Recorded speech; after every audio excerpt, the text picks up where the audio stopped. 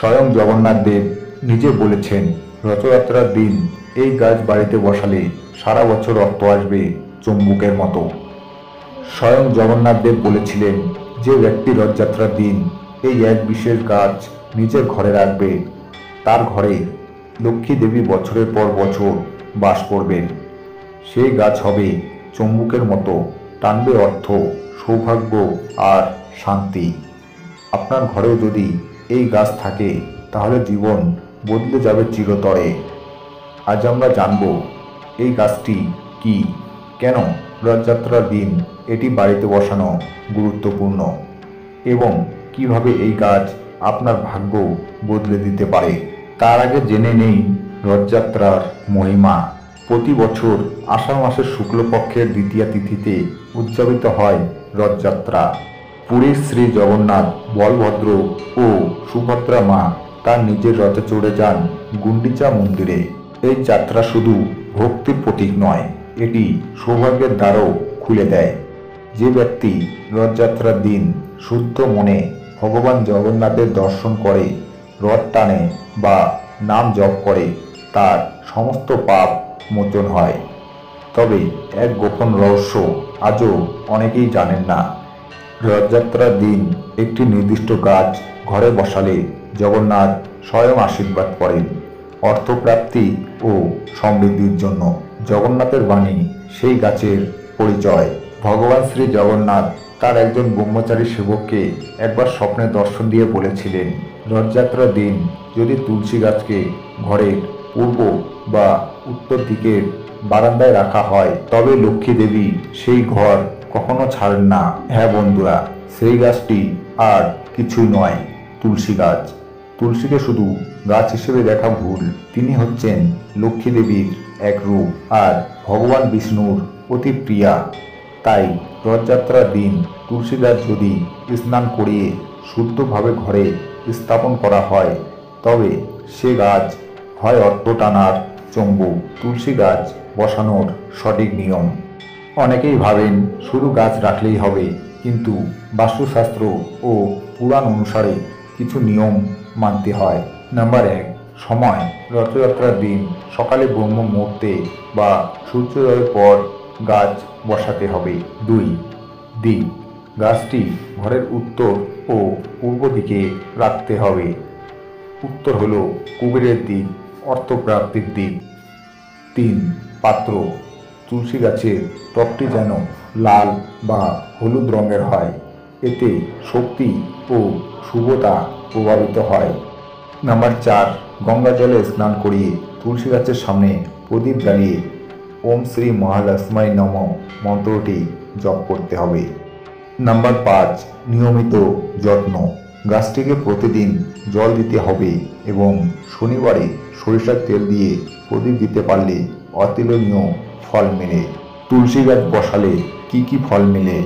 ঘরে স্থায়ী শান্তি আসে, অর্থ ধন ধান্যের বৃদ্ধি হয়, সংসারে কলহ কমে যায়, বাচ্চাদের পড়াশোনায় মন বসে, ব্যবসায় উন্নতি হয়, অসুস্থতা দূরে থাকে এবং সবথেকে বড় কথা, লক্ষ্মী দেবী স্থায়ীভাবে বসবাস শুরু করেন।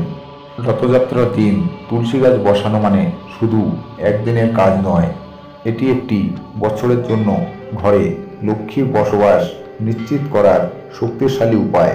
তুলসী গাছ ছাড়া অন্য কোন গাছ বসালে উপকার? তুলসী গাছের পাশাপাশি আরও কিছু পবিত্র গাছ আছে যেগুলো রথযাত্রার দিন বসালে সৌভাগ্য বৃদ্ধি পায়। শ্বেত অর্ক ভগবান বিষ্ণুর অতি প্রিয়, অর্থ ও পাপ মোচনের জন্য। শ্রীবৃক্ষ বা বট গাছ দীর্ঘায়ু ও পূর্বজন্মের পুণ্য বৃদ্ধি। অশ্বত্থ গাছ ভাগ্য বৃদ্ধি ও জীবনের বাধা কাটানোর জন্য। কিন্তু ঘরের মধ্যে বসানো উপযুক্তা ও বাস্তুশাস্ত্র অনুসারে তুলসী সর্বোত্তম। জগন্নাথ দেবের আশীর্বাদ ধরে রাখুন।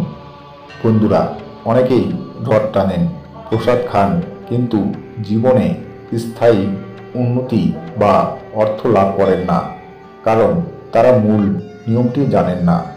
রথযাত্রার দিন যদি ভক্তি সহকারে তুলসী গাছ বসানো যায় তবে সেই গাছ হয় ভাগ্য পরিবর্তনের একটি জ্যান্ত প্রতীক।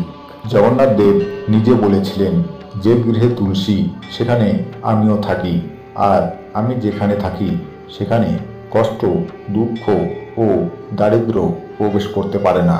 আজকেই প্রস্তুতি নিন, এই রথযাত্রা হোক আপনার জীবনের এক নতুন সূচনা। তুলসী গাছের আশীর্বাদে ভরে উঠুক আপনার ঘর শান্তি, সৌভাগ্য ও চিরস্থায়ী অর্থপ্রবাহে। জয় জগন্নাথ, জয় মা লক্ষ্মী। শাস্ত্র মতে ও পুরাণ অনুযায়ী রথযাত্রার দিনে কিছু নির্দিষ্ট সবজি যা খাওয়া নিষিদ্ধ বা পরিহারযোগ্য বলে ধরা হয়। আসুন জেনে নিন কোনগুলো। রসুন ও পেঁয়াজ, এগুলি রাজস্বিক ও তামসিক গুণের খাবার। এ ধরনের খাবার আমাদের মনে কাম, ক্রোধ ও অলসতা বৃদ্ধি করে, যা পবিত্র দিনগুলিতে পরিহারযোগ্য। মাশরুম বা ছত্রাক জাতীয় খাবার, এই জাতীয় খাবারকে শুদ্ধ নয় বলে মনে করা হয়, কারণ এগুলি মাটির নিচে জন্মায় এবং এগুলোর মধ্যে নানা রকম জীবাণু থাকতে পারে। বেগুন, অনেক স্থানে বেগুনকে অশুদ্ধ ধরা হয় পবিত্র তিথিতে। কিছু অঞ্চলে বিশ্বাস করা হয় বেগুন খেলে পুজোর ফল হ্রাস পায়। মূলো ও কাঁচা পেঁয়াজ, এই সবজিগুলির তীব্র গন্ধ মনসংযোগে ব্যাঘাত ঘটায়, তাছাড়া এগুলো হজমে সমস্যা করতে পারে।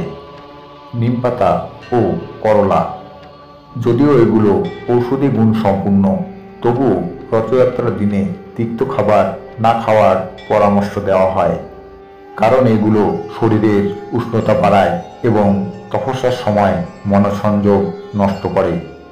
এই নিষেধাজ্ঞার পিছনে রয়েছে দুটি বড় কারণ, আধ্যাত্মিক কারণ। এই দিনটিকে ধ্যান, জপ, পূজা এবং আত্মশুদ্ধির জন্য ধরা হয়, তাই খাবারও হতে হবে সাত্ত্বিক, অর্থাৎ যা মনকে শান্ত করে, আত্মাকে শুদ্ধ করে। তামসিক বা রাজসিক খাবার আমাদের চিত্তকে অস্থির করে তোলে। স্বাস্থ্যগত কারণ, রথযাত্রার সময় বর্ষাকাল শুরু হয়। এই সময়ে দেহের হজম শক্তি দুর্বল থাকে। অনেক সবজি, বিশেষ করে যেগুলো মাটির নিচে জন্মায়, এই সময় জীবাণু বহন করতে পারে, ফলে সহজেই পেটের রোগ, ইনফেকশন হতে পারে। রথযাত্রার দিনে আপনি খেতে পারেন এই সব সাত্ত্বিক ও পবিত্র খাবার: সেদ্ধ বা ঘিতে রান্না করা সবজি, সাদা ভাত, খিচুড়ি বা উপবাসের খাবার, ফলমূল, কলা, আপেল, আঙ্গুর, তরমুজ ইত্যাদি, দুধ ও দুগ্ধজাত খাদ্য, প্রসাদ রূপে খিচুড়ি, চিড়া, দই ইত্যাদি, শুকনো ফল, বাদাম, কিশমিশ, খেজুর। এইসব খাবার শরীরকে ঠান্ডা রাখে, হজমে সহায়তা করে এবং পুজোর মানসিকতায় সাহায্য করে। রথযাত্রা কেবল উৎসব নয়, এটি একটি আত্মিক যাত্রা। তাই এই পবিত্র দিনে আমরা যেন এমন কিছু না খাই বা না করি যা আমাদের শরীর, মন এবং আত্মার শুদ্ধতায় বিঘ্ন ঘটায়। আসুন রথযাত্রাকে করি আরও বিশুদ্ধ, আরও অর্থবহ। আপনি কি আগে জানতেন এই সব তথ্যগুলো? মন্তব্য করে জানান। ভিডিওটি ভালো লাগলে লাইক, শেয়ার, সাবস্ক্রাইব করতে ভুলবেন না। জয় জগন্নাথ।